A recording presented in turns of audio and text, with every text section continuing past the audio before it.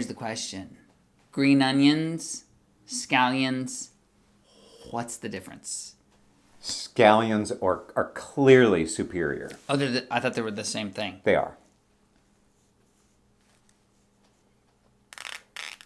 Welcome to another episode of 3 Minute Critics. I am Eric. I'm Tony. Yeah. Today on 3 Minute Critics, we are going to be reviewing the new Pixar film, Onward. Oh, very nice. Rated PG-13, no, just PG. Just PG. No Regular 13. old PG, no 13 needed. No. And it stars Tom Holland, It does. Chris Pratt, And him too. Julia Louis-Dreyfus, Oh, yeah. JLD, Octavia Spencer, She's in directed by Dan the Man Scanlon. Oh. Eric, what's this about? Well, let me tell you a little bit what it's about. Set in a suburban fantasy world, 2 teenage elf brothers embark on an extraordinary quest to discover if there's still a little magic out there. If I had a nickel for every 2 teenage elf brother movie, You'd have buddy many movie, nickels. I'd Yes. have a couple nickels. So let's get right into this one. We got a lot to talk about. Put 3 minutes on the clock as we always do. Boop.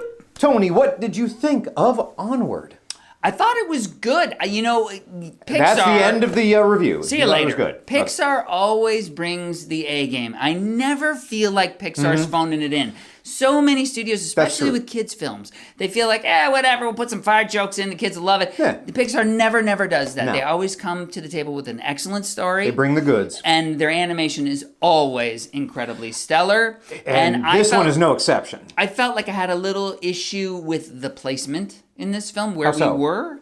I didn't know, are we in real land? Are we in elfin world? Okay, because that part didn't really play for me. Let's give a little backstory there too, because this isn't going to ruin anything. It's just that when the film starts, you get a little backstory about this used to be a magical world filled with magic, and that's why we're trying to see if there's still a little magic left out there. Because as time went on, you had more advancement and use a light bulb instead of magic. Exactly. And it was so easier. now we're trying to get a little magic back, and these 2 teenage elf brothers actually find they get a little gift from their departed father, and they may be able to see him Okay, again. and did you feel like that worked? How did you feel like that worked story-wise? I didn't love it. Oh, you didn't?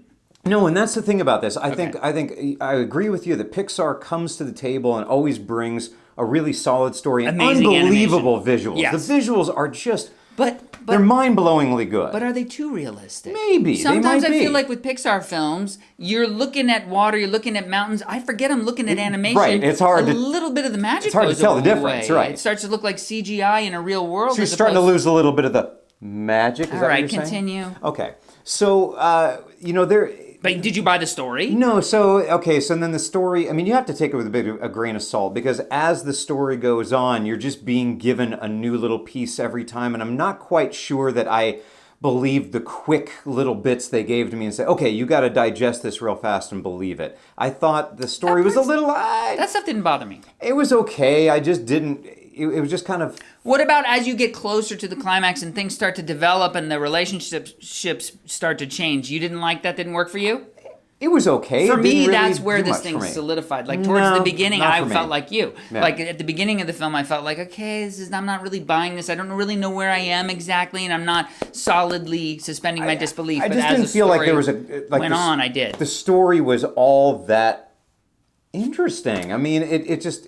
It fell a little flat for me. Well, I gotta ultimately, say. it becomes a story about the brothers, It and it does. becomes a relationship story. It's a buddy movie, really. And it's a Butch heartfelt Cassidy story. and the Sundance Kid. It's just something It's a Thelma and Louise. I've seen it before, and I've seen it done better. Yes. I guess that's what I Well, got. that's yeah. probably true, but I also thought that they did it well. I don't think that it was not done well. I feel like they accomplished it. Fine. It was fine, but it's it's one of those that spectacular visuals, but maybe not the greatest of all films. But You got horn. I got the You got car horn. horn there. That means You mess with the bull, you get the car horn. That's that right. means It's our time to- review is over, so it is time. to rate it. It is. And we're going to rate it on a 5-star scale.